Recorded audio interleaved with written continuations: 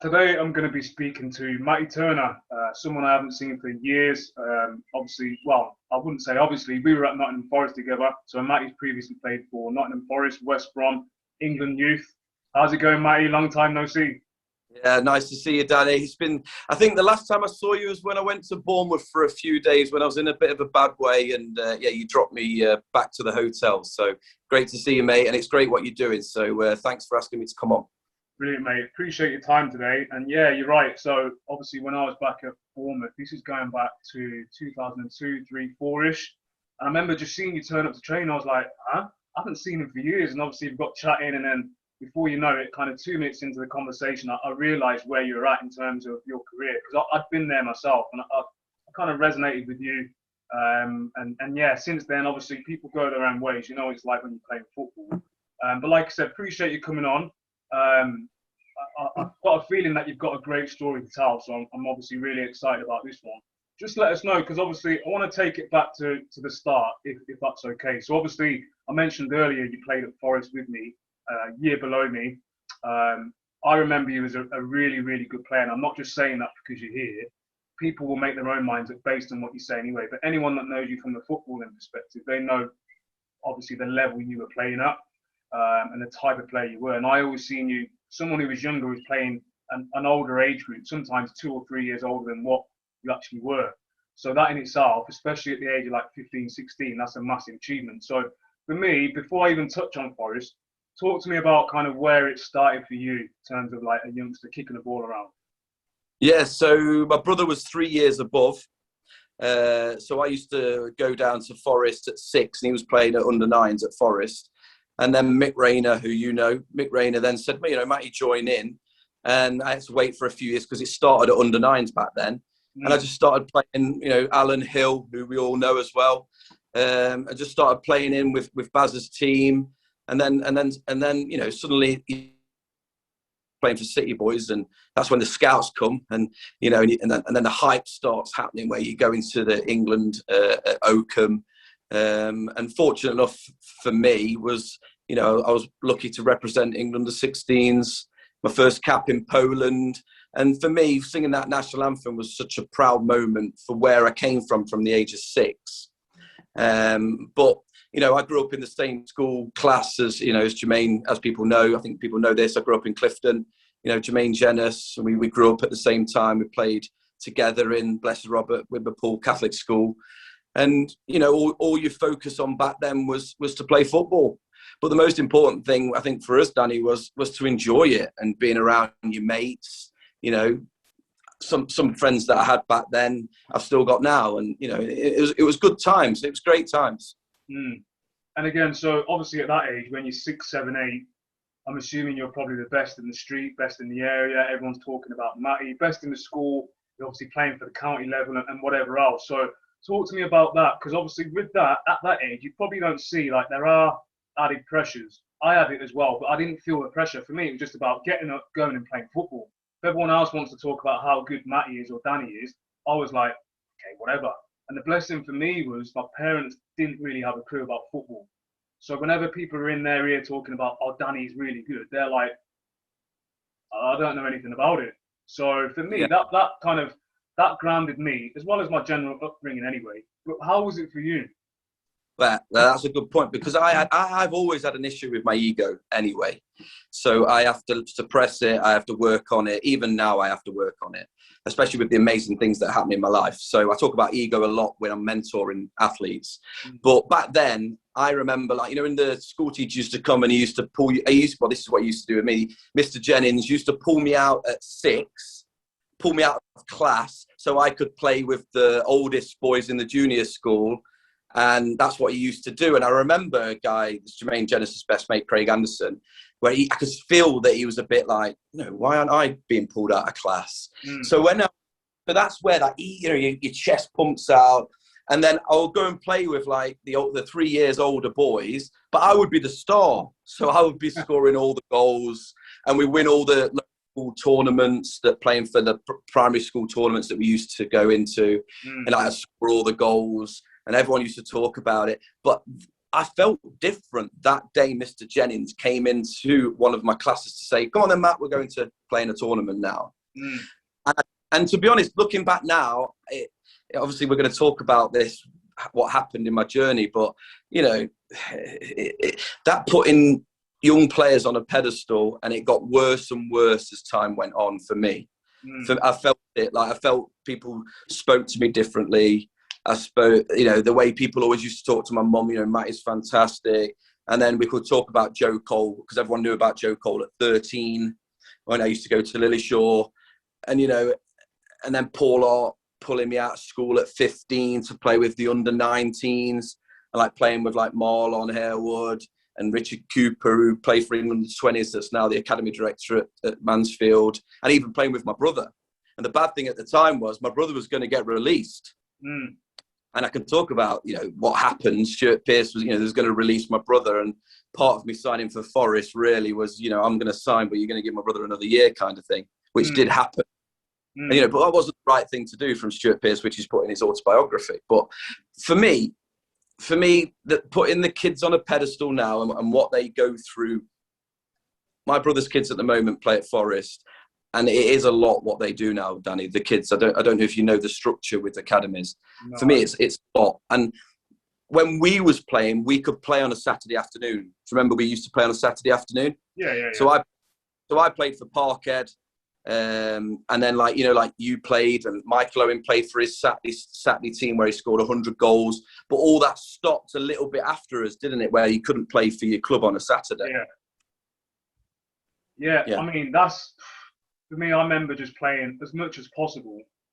And obviously, like I said, there was elements of pressure around me, but I didn't really feel it. I was kind of in a cocoon with my family, my brother and my older brother, Jeff, who used to ferry me around everywhere, mentioned many times. He used to kind of speak to these so-called scouts or whatever after games. And even to this day, I'm sure that he spoke to a lot more than I probably am aware of. And I don't know if you remember Dick Bradshaw. So he was the person that kind of brought me to Forest and brought me to other clubs as well. He was a local scout. So he was a good scout, genuine guy, like you said, authentic, someone who I was willing to travel to games with and stuff like that. So, and my family trusted him as well. And that was always a thing for me. Anyone that kind of took me to training or wanted me to sign for them, they had to come to my house and meet my parents, because my parents needed to see them face to face. It was never a case of, oh, Danny's told me that John Smith is taking him to Stoke next week. Brilliant, off you go. It was a case of, who's John Smith? Get him in. We need to see who he is. So those things always helped me, I think, going forward. Now, with you, obviously you mentioned the things that you went through as a kid at school and getting taken out of class and stuff. Fast forward now, you're now at Forest. I can remember when I had started my apprentice. So a little bit of story on me. So at Forest, I used to go in as well, because I was one of the better ones, say, before we made it to the youth team. So I would go in, school holidays, train and whatever, stay in digs for a couple of days, go home. So even then, sometimes I was training with the older kids and stuff. Going forward now, obviously, I've started my YT, and I remember you coming in. And I always remember, like, you were someone who was really, like, super confident. But you may say arrogant. I wouldn't say that. I always used to say, like, you were super confident, but you were, like, polite. You would always talk to everyone. I remember you speaking to me and just chatting with her, banter and whatever else. But you were a young kid. And then when it came to, like, playing on the pitch, you weren't that younger kid anymore, because you were that good that you're at a level where you're probably better than a lot of us, as you probably agree to yourself. So for me, how was that then? You've obviously been in around Forest, you haven't even started your YT yet, but you've experienced it with elements because you've been in and trained with the older kids and stuff. So how was that feeling going in, knowing that you're highly regarded at the club already? Well, yeah, so if we take this, so that we're talking about on this pedestal, so from 13, I used to, you know, when you used to go in at Christmas, I used to go in. So I remember training, Stuart Pearce used to pull me in, as in I used to train with the first team, even at 13, 14 at Christmas.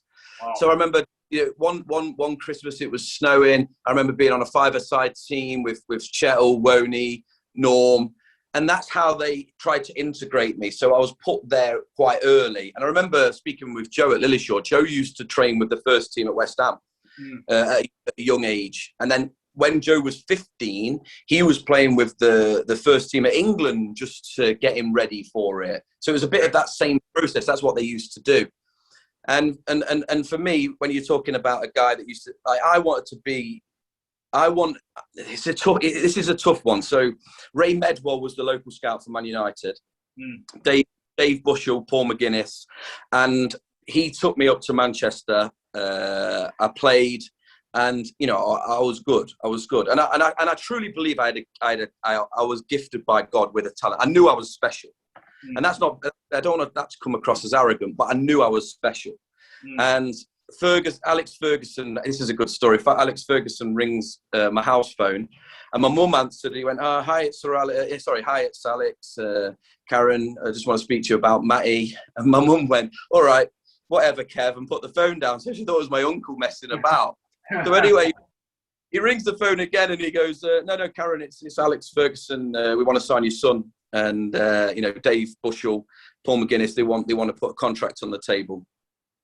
And then a week later, I remember Paul Art coming to the house, and it was all serious. Danny, it was so serious. And I pulled up from the Beckett School. I walked back, I saw Paul's BMW, and Paul was a big character. I love Paul. Yeah, he was a big character. He had all the success with Woodgate, Smith, Huel, all the boys at Leeds, and he came with a massive reputation. And I walked in, and I think he knew what was happening. He knew loads of clubs were trying to get into the family, because that's what they did. And they offered me a contract that was pretty special. Big signing on fee. It wasn't just Whitey. I went straight in at pro from school, and I think I've mentioned this. I think I said this to you. You leave school and you're playing for England under 16s. And, you're doing unbelievably well for Forest under 19s. And I'm only 15. And I don't know. I'm not going to get upset, but maybe it was a mistake for me to stay in Nottingham. Part of the conditions was the signing on fee and the 4-year contract. And I was getting to get £5,000 an appearance, which was what put in the money if I played a Forest game. And I don't know. I look back at it now. And with everything that was going on and all the hype that was around me, and people saying, "Where's Matty? What's happening with Matty?" Because what you don't know is, Danny, I had Sean Wright Phillips that got released in the team. Paul Art said he was too small, released him. I remember, released him. And, Jermaine Pennant went early doors to Arsenal. And Paul, I remember him coming to me and saying, "What do you think of Jermaine Pennant?" I said, "Try and sign him." And he was going to offer $250,000. Then a year later, he went to Arsenal for $2 million. And then with regards to Jermaine Jenners, and, Jermaine won't like me saying this, Forest they were umming and ahhing over giving him a contract from school. Wow. And then his progression from 16 to 18, and then he becomes the third highest transfer of a teenager in the world at the time when he went to Newcastle.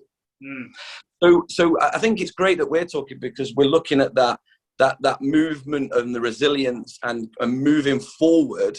But for me, I think it maybe would have been better to get out of Nottingham, not live at home. I should have maybe gone into the digs, but as part of the signing was I stay at home with my parents. Right. And to be fair, I wasn't like, there was a guy called Keith Foy. He played 50 times for Forest under David Platt. Great. Yeah, remember Foy was an unbelievable talent, but he had a gambling problem, he had a drink problem, and no one sorted it out at Forest. And then he plays his 50th game under David Platt, and they just let him go. They didn't even look after him. I remember picking him up from a casino. He had $3,000 in a box with Kevin Dawson. He went, "Matt, you're taking me home now to get that $3,000." And he's already just lost $5,000. Wow. But no one at Forest helped him. They wanted to, it was more of, and it was the same with me then. So I got into gambling from that time. So me and Keith Foy used to do a lot of gambling, and then they all used to sneak out the digs and go out, and I could stay. Yeah, I could stay out. So like Reedy and those boys were all had to be home for a certain time. But because I lived at home, I was staying out. Yeah. And I loved it, because even at that time, it was like, "Mate, when are you going to play for the first team?" And then I remember the last time Forest played in the Premier League, the last game was Leicester, where you was at. And I played a game, a midweek game, behind closed doors. Shreves and Ron Atkinson were watching the game. I came on at half-time against Peterborough. And I was unbelievable. I totally dominated the game. And I did play pretty well. Ron Atkinson pulled me after that, and he says, "You're playing in the last game on Saturday in the Premier League." So I'd have been one of the youngest ever in the Premier League. Yeah. And Paul Hart and Ron Atkinson had a massive bust up, and so Paul Hart said he's not playing on that game on Saturday, and you know, and Paul Hart was probably right to do that, but I was ready to play, mate. I was ready to play. And I remember Steve Melton making his debut for Forest that day, and Heskey was playing for Leicester, and I was sitting on next, you know, when we used to sit next to the dugouts, I was sitting there. If I'd have played, I think I was so confident then that I was ready. But Paul Hart didn't make it happen. Ron said, you know, Paul doesn't want you to play. They had a massive bust up, and he was leaving Forest because we was getting relegated anyway.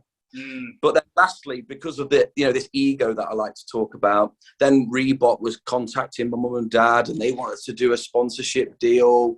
And then I remember, mate, I made my biggest mistake. And I remember Paul Hart then, Paul Hart loved me completely. But then, you know, when you used to wrap your boots around your neck with the ties, and all the first team players used to do it. So I remember that pre-season, I just won European Player of this tournament with AC Milan, Inter Milan. I scored 4 goals in the final, and I won Player of the tournament with a massive shield. And I remember going into pre-season thinking, I'm going to get in the first team this year. And I put my boots around my neck, the new Reebok ones that I just got.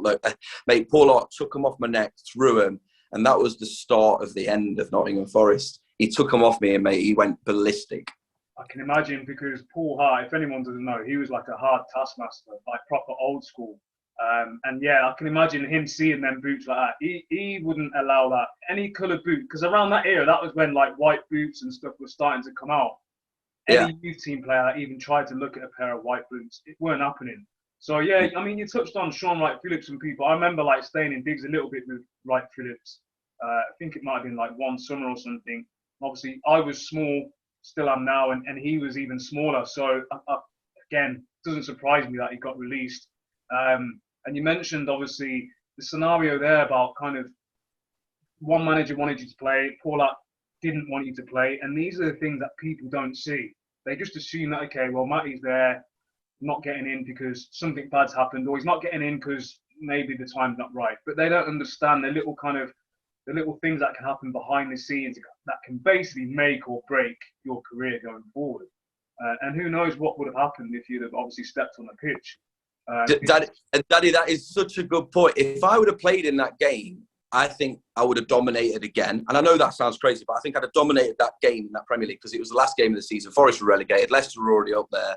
And if I'd have dominated that game, it could have been that Danny Canamatri moment when he made his debut and he scored. He exploded. And Milner did the same. And then, do you know what? I had resentment after that.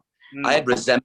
And, you know, I remember Mr. Shreves coming to me and went, Matty, it's not happening. You're not going to be part of the game on Saturday. And I was angry. And I think I actually went out on that Saturday night. And that was the start of, you know, this. I believe I was born an addict. I truly believe it. Which I've spoken about quite a few times in the press. But I was born an addict. So that was the start of the end of not my career, my life. My life. So what happened after that then, like that season or the following season, when it led to kind of you leaving Forest? What was the procedure going forward from that point? Like what led to that point? Yeah. So obviously this is just what it went. It was crazy. It was a crazy time. I had multiple meetings with Paul Hart privately. Paul Hart was coming to my mum and dad's privately, and then Jermaine.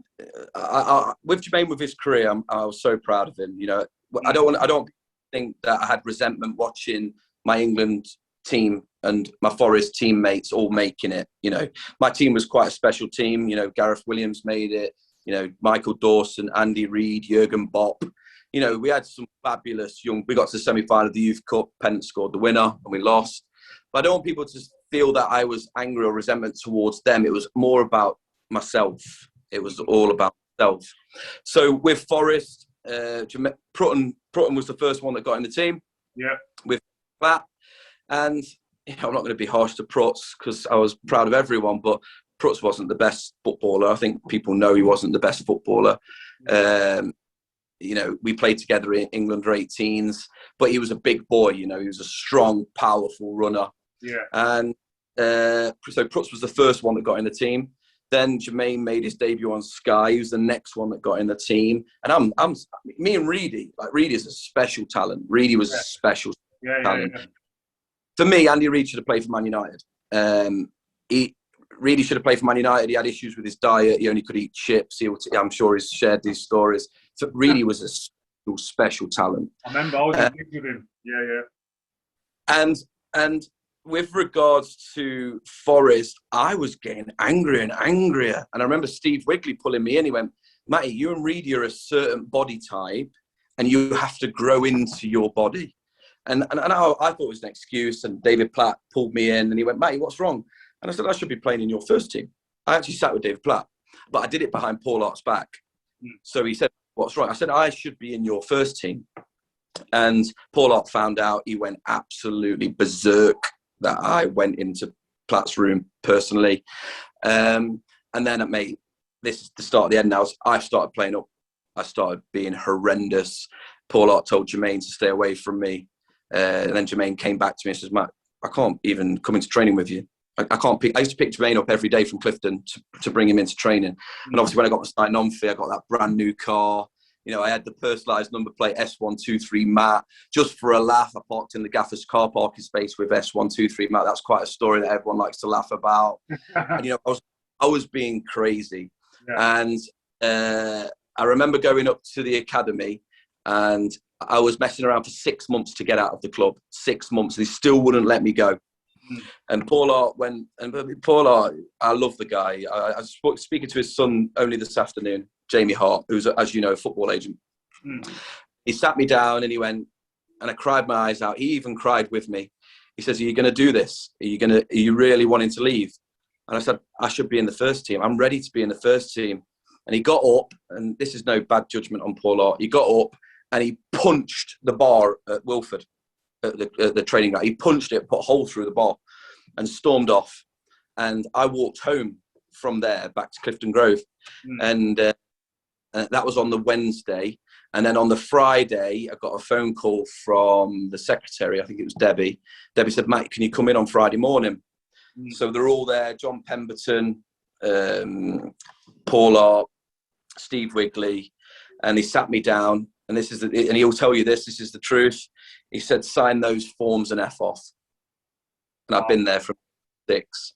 But I'm not going to put anything bad on Paul Hart. It was me. I was pushing to get out for 6 months. I was playing up every day. And he said, sign those and F off. And I signed them. I didn't get any payment, no payment off, and went. And I remember walking out of the ground and, you know, really, I didn't even play for Forest yet or Dawson. None of them had. Wow. And I just cried, but I thought to myself, I'm going to now make it another club and show him that I can play in the first team. And then I went to West Brom. And then what happened at West Brom? You don't want to go into West Brom, do you? Oh, mate. The worst decision I ever made again. Mate, Gary Megson. Jesus Christ. That's Gary not Megson. Type of manager, mate. I went to the same type. That's what I mean. I went to the same type of manager. So Megson pulled me in. Richard O'Kelly, who's now with John Terry at Aston Villa. Yeah. So he's one of the coaches at Aston Villa at the minute, first team coaches. They called me up and said, right, so I played in the game, did well. Right, we're offering you a contract. I remember Megson was in the bath, put his feet up. I said, Matty, what do you want? So I told him what money I wanted. He says, yeah, deal, done, no problem. And then as soon as I signed, I was in the 20-man squad away at Wolves when we won for West Brom. And he was putting me in the squads, but I wasn't getting on the bench. But I was happy with that because it was progress. Yeah. And then to be fair, West Brom got promoted to the Premier League that season because I went in the January. West Brom then got promoted to the Premier League, and then this is where we're going to talk about adversity. I was training with the first team all the time, and then suddenly we got promoted to the Premier League. It's like, Matt, you're going to train with the reserves. I'm like, this is what I didn't sign up for this, Danny. Yeah. And our reserve team manager was Gary Shelton, who played for Sheffield Wednesday. Mate, he was an alcoholic. Danny was an alcoholic. He was drunk every day. Wow. So we was training like, you had Danny Dichio, you had Quinny, who played for Northern Ireland, obviously Rule Fox there, Lee Hughes. And mate, we're all training the reserves, and this guy's drunk. Yeah. And Megson knew he was drunk, and no one did anything. That's crazy. So it blew my mind. Mate, it blew my mind. See, these stories, obviously I'm aware because I've been there and I've seen it. But this is another side of the podcast that I like because people listening they won't believe what you're saying because it's as if it's like a dream. Like this can't be happening at clubs like West Brom and Forest and that, and with respectable people that you've spoken about. But it does because emotions are high. And obviously people within football will hear these stories. It's like, okay, fine, that's just another story, normal. But from the outside looking in, they're not going to understand. So again, like these things, I like to hear people's stories. Again, it's just refreshing to me just because I'm out of football now. I don't really get to hear these stories a lot. But again, so you've been through a lot there at a young age as well. So imagine if you say this was happening to a 30-year-old, 35-year-old who's probably more mentally aware, more self-aware, obviously experienced life more than say an 18, 19, 20-year-old. It'd still be hard for that person to take. So for you to go through that at that age and at the same time seeing people who are progressing at a faster rate who you're probably better than, and I'll second this because I know you've said it a few times and it's probably harder for people to listen to when you say you were a special talent. I'll say that you were a special talent because I was there seeing it and I was of a decent caliber as well. So for me to say that, it's not coming from a place of, oh, well, I know Matty, so I'm just going to big him up. It's not about that. So, yeah, I second everything you said. And you mentioned about like Keith Foy and Andy Reid. I was in digs with them. So I grew up with them to a degree in digs. I left Forest early just because things that were happening didn't suit me. I'd been there at a young age as well. Could have signed for other clubs. Signed for Forest. Paul Hart came in. The rest is history. I wasn't his type of player. I was injured as well. Left Lily Short injured with a hairline fracture in the back. So I was playing second fiddle to everyone else, catching up pre-season. Never done pre-season before. And I just thought, this ain't going well. There's players getting released left, right and centre. There's players here. There's loads of players. There were just loads of players. A and B team. What is that? So I was like, nah, it's not happening. So I left. Goffey was with you at Lily Shore, wasn't he? Yeah, and then Goffey could have signed for other clubs as well. And then he came to Forest. Paul Hart hated Goffey. And he'd come straight out of Lily Shore. And he just didn't like him. And I remember I was playing the under-9. And Goffey just come out of Lily Shore with all you lot. And I'm like, Paul Hart hated him. And I don't know why. Yeah, it's strange. So thing to talk about, like you say, I know with the direction you want to go with this, but like just because one person says you're amazing or one person says you can't do something. I've got a kid at the minute, it's just been released from a club, and I think he's special, but they've just released him, and he is special. Obviously, he's not doing the England stuff and all that, but I like this kid. So. He's devastated at the moment. He's absolutely devastated. We're talking depression, anxiety. He doesn't know what he's got. No. He doesn't understand what life's about. He's not even thinking job, work. He's not thinking anything, mate. He's thinking, I want to be a footballer, and my dream's just finished. And he is, mate. I as you know now, I mentor some sportsmen, some big sportsmen, and mate, I've had a couple wanting to die during COVID with suicidal thoughts.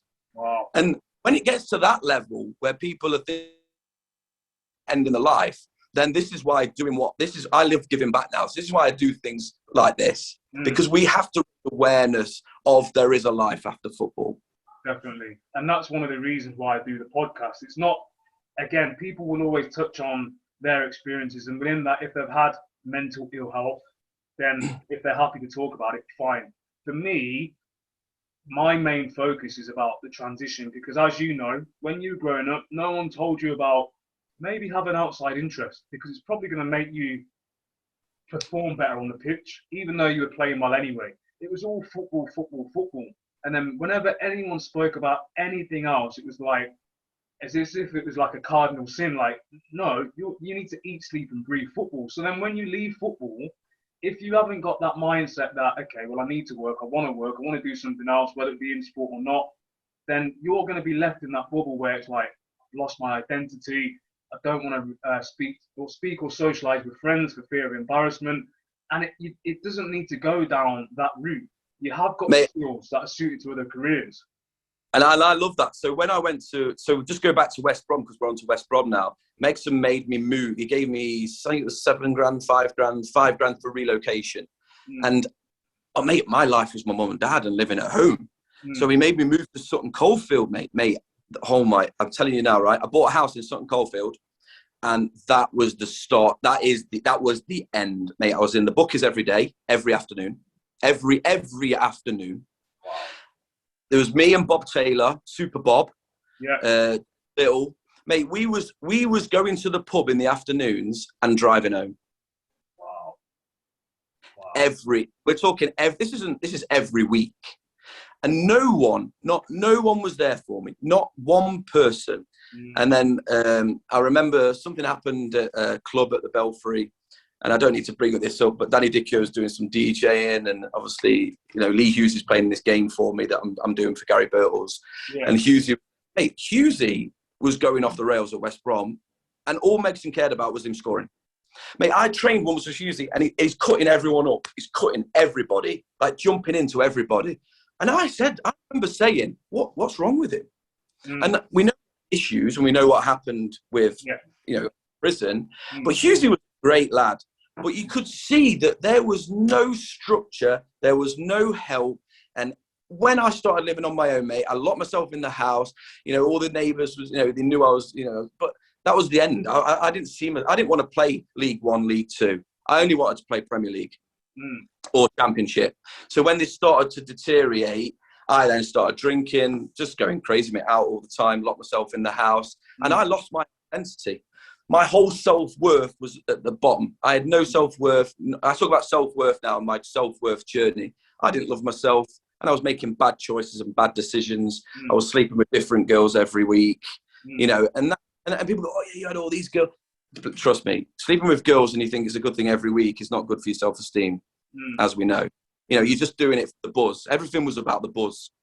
And like I say, just to finish off, because I know we're going to move on, is then, John Jensen that played for Arsenal. He says, will you go on loan? I went over to Denmark, mate. I was unbelievable. I scored. John Jensen, his last game in football, who obviously played for Arsenal, scored in the Euro 92 to win the Euros for Denmark. John was amazing with me, man manager, mate. I thought I hit the jackpot. I'm like, right, I'm going to make a new career in Denmark. He was like, Matty, I want to sign you. I got a really nice contract, 2 years. Mate, do you know what happened when I signed after I went on loan for a month? John Jensen then goes to join Michael Laudrup at Bromby. Oh, wow. After I signed. It's always the way, ain't it? I mean, that happened to me so many times during my career. It's so frustrating. So frustrating. But, and then what happened? A German manager came in, mate. He hated me because I was the biggest earner, and he wanted to prove a point. And mate, then that was the end. Just to go quickly, I snapped my Achilles playing on TV, and then I turned to then I turned to smoking, drinking. I was out for a year. I was never coming back. Done, finished. Wow, it's scary and it's sad as well. Two things, scary and sad, like spring to mind. And for me, I'm glad you touched on it, and obviously commend you for that, because obviously to come out and tell those things, it's not easy. And for people listening, they assume, okay, well, he's probably said this a million times and it just rolls off his tongue, but there'll still be raw emotions there. Now, for me, although we're going back, and that story, or the stories that you mentioned there, we're going back, 15, 20 years, but I know full well that these things are still happening now. So young players, moving from one end of the country to another, decent contract, good players, big clubs, they end up living on their own. They may bring their partner down or whatever, but they're just on their own. And yeah, now you've got player liaison officers and welfare officers and all that, but you're still alone in your house. You've probably never paid any bills before. You've never earned that amount of money before. Bright lights of London or whatever it is, people telling you you're great, and then next minute, it's like a downward spiral. Now, it's not about all doom and gloom. I'm not saying this happens to every player, but it still happens, and it's happening too much for me anyway. But obviously it's a different scenario. So obviously now you're saying that your career's kind of ended. You didn't want to end by playing in League One, League Two, and that's obviously fair enough. And then what happened then? What was the transition period for you? Like, what were you thinking when it was like, okay, well, I've snapped my Achilles. Now, what was your train of thought going forward? What was the next step for you? Was there spark? Yeah, well, you pressed the button. You said it a while back there. You said, when I went into Forest as a young kid, I was this kid that was talking to everyone. I was confident. People like me. I like to understand people. I like to get to know them. I like to know what makes them tick. It's just in my DNA. Mm. So that's the only thing I had was my personality. That's it. And obviously, when I'm seeing all the guys, you know, Prutz, Joe Cole, Carrick, Barry, J. Lloyd Samuel, yourself, Jenner, Sean Wright Phillips, you know, Franny Jeffers, they're all playing on telly. And I'm thinking, all I was thinking at that time was, I want to make as much money as possible. And I knew people were making serious money in the pharmaceutical industry. And people are saying, you won't get in the pharmaceutical industry. You won't be able to work in it. You've not got a degree. You've not got a degree. So I went to Nat Pharmaceuticals, right? I kid you not. I went to Nat Pharmaceuticals and I met this woman called Iona Buckle. Mate, she was unbelievable. And Iona, she interviewed me. She went, you know, wow. I said, I'm just being me. I want to be given an opportunity. She went, I saw something in your CV with regards to playing sport.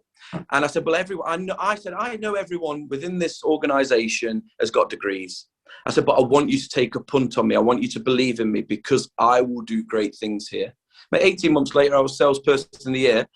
And then after that, Nat Pharmaceuticals were wanting not only, but then there was more and more people for all the big pharmaceutical companies employing people in sport that have come out of sport.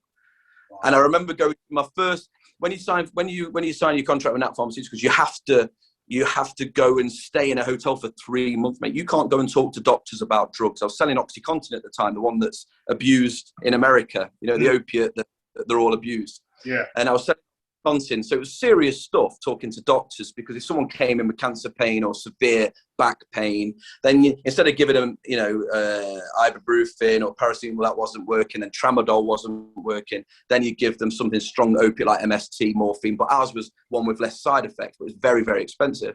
So you can't go and sell to a doctor if you don't know your stuff. And I remember going on that training course and someone says, what, you're an ex-footballer? What are you doing here? I've been to university. And that was the mindset of people at that time, that you only got in the pharmaceutical industry if you went to university. And I broke that chain. Like I say, I won, you know, salesperson of the year. And but then that was the start of my business journey when I started taking drugs recreationally. Yeah. In theory, it was like a bittersweet. And I don't want you to skip past this, because that story is ridiculous, by the way. Because obviously we all know how, well, the magnitude that the pharmaceutical industry has on us as from a global perspective. So for you to then hit rock bottom in football, which was your first love, to then go into that industry, which is it's completely left field, and then absolutely smash it, and you're surrounded by people who've been training to get into there for years, and then Matty comes along and just does things that they can't do, and they're thinking, what's going on here? And then not only that, on top of that, the people who are there as managers, bosses, whatever, they've seen you and they've obviously recognized your talent, given you that award. But then off the back of that, they've changed their outlook with regards to recruitment. So for me, again, another part of this podcast is to let people know that athletes have transferable skills. You've shown it there in abundance. And you've gone in there off your own back and sold yourself in the interview, just like I had to, my first job, through your personality, not through what your knowledge is within the industry, because you didn't have any. So why would they employ you? They've employed you based on the fact that you were eager to learn, and you said that you're going to offer something, and you fulfilled it, and you've backed yourself up. So that's massive.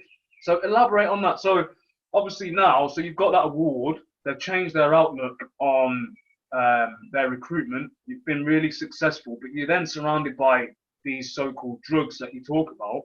And obviously you're supposed to be selling them, but then you mentioned that that was your start of taking that world then of, this isn't right. I need to grow up. And my addiction problems got worse and worse. And then just to end it, because people know this story and people probably resonate with this, I went on a massive bender. I said goodbye to my family, wanted to die. And I wanted to die. Police found me in a car park. They tracked my phone. And luckily for me, mate, the PFA put me into rehab, and I met a beautiful guy called Derek O'Neill. I went to Ireland for months and months, and I came back. I still don't see my daughter, one of my daughters in Southall, due to addiction. Ruby, you know, she was pregnant when I was an addict. and a mum pulled her out of my house. That's how bad my addiction got. A mum pulled me out. Rightly so. I've wrote her a letter and said sorry, but I can't. When I came out of rehab, I couldn't go through that journey again of fighting through the court. She's not accepted that I'm this person now. Yeah. And I've got wonderful kids, and I treat them amazingly well. And my ex will tell you, my 2 kids with my ex-wife, that I'm an amazing dad, and I've got self-worth. But all this installed in me wanted me to give back and mentor and inspire people. Mm. And being around like-minded people like me helped me change my life. So I started mentoring sportsmen. And the problem was, it wasn't just what I do now with mentoring now is different what I was doing back then. So the people that I was mentoring back then was more when they had issues and they couldn't reach out and talk to people. Okay. So I had players in Premier League clubs that couldn't talk to player liaison, wouldn't tell the manager, wouldn't tell the chairman. He's on massive money, like you said, he's sat in his home. And they knew my story because I came out and did some bits. And then they came to me and said, mate, how did you do it? I said, well, this journey's not just now. It's not ended. This is for the rest of my life. I was born an addict. So this on the shoulder with my dad dying in the last couple of weeks. This guy here, oh, mate, you've got a reason now to have go on a bender. But, I mean, it's always there. So, yeah, mentored some amazing sportsmen around the world, spoke to them, because that's half the problem is that men don't share how they feel. And that's all I did. So again, I've got no, psychology degree. I'm just using my life experience to help others, being able to talk, lift the load, and then mentor them to live to their full potential on and off the pitch. That's it. It's simple. For me, everything's about doing good. So the transferable skills that you're wanting to talk about is, for me now, it's just mainly that sports people like to win. And if you can go into any industry with wanting to win, but wanting to be authentic, and I talk about this a lot, invest in you. Because if you're not good, everything around you is not going to be where it wants to be. So I invest in me, meditation, fitness, gym, being around good in the PFA, massive change. And now there's good organisations popping up, like you've got Play On Pro with, I think Viv Anderson's doing the Play On, trying to mentor and guide sportsmen after.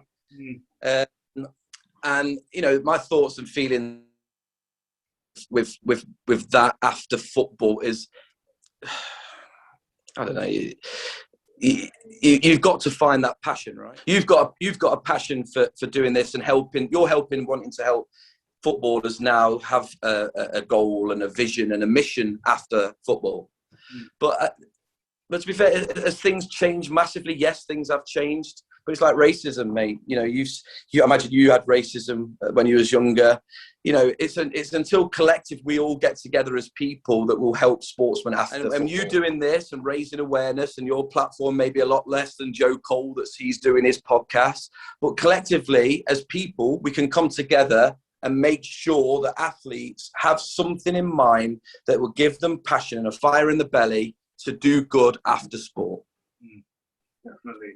Yeah, and I think you're right there in terms of, obviously, by nature, when someone does something well and consistently achieves to a high standard, you're always going to get that praise. And obviously, you've mentioned there you get a lot of praise, but it's about humility, and you've obviously got that. And that's what allows you to move forward, because you can always take that praise and think, okay, well, I've cracked it now, and then move on to something else. But you're obviously not doing that. You're obviously getting the praise, but you're using that and obviously using your experiences and your knowledge that you've gained and the connections that you've got to help others. People will always resonate with that. If someone's doing something well, obviously we can't please everyone, but if someone's doing something well, primarily, you're going to be a success. It may not happen straight away. It may take 10 years. It's like when you make your debut as a player and people think, what? 17, you made your debut. Oh, you only left school like 6 months ago or whatever. No, you haven't seen what that player was doing 10 years before, when they were not going out and playing with their friends, when they were sleeping, when they had to eat correctly, all of those things. So it's everything you've done before people are actually aware of who you are. And that, Daddy, that is, if you're authentic, you help others, you give back, you understand what life's about, which is friends and family and loved ones. But if you could, like, but I had an issue with ego, and now ego's nothing. Like, for me, I have to suppress my ego, but ego, just put it aside. Just go and inspire and help people. and come together collectively to make a difference. Massive. Obviously, just let people know where we can find you, obviously on the social media side, and obviously anything else that you want to promote about yourself, just so that people are aware of what you're doing and where you are. Yeah. So on my Instagram, obviously it's grown, and most of my followers is all, like I say, I post quotes, and I just share positivity. Wake up with a happy mind. You know, you're only as good as the mind that you wake up with. And you know, just lastly, I want to pick up on, Danny, before we go, is I take responsibility for my life now. I don't live in self-pity. It's very easy to live in self-pity. Or why me? So that's what I do on my socials daily, and I get loads of people, you know, sharing positive stories, and I share my positive stories. And you can find me on Instagram on Matty_J_Turner. And come and join the journey of living a positive life. And you know, the best gift in life is peace of mind. Peace of mind. Brilliant. Great words, wise words, obviously inspirational stuff. Like I said, keep in touch. Really appreciate, obviously, coming on today. Hopefully speak to you soon. And we'll go from there. Lovely. Danny, take care, mate. Lots of love to the family. You too, mate. Speak soon. Cheers, mate. Thank you.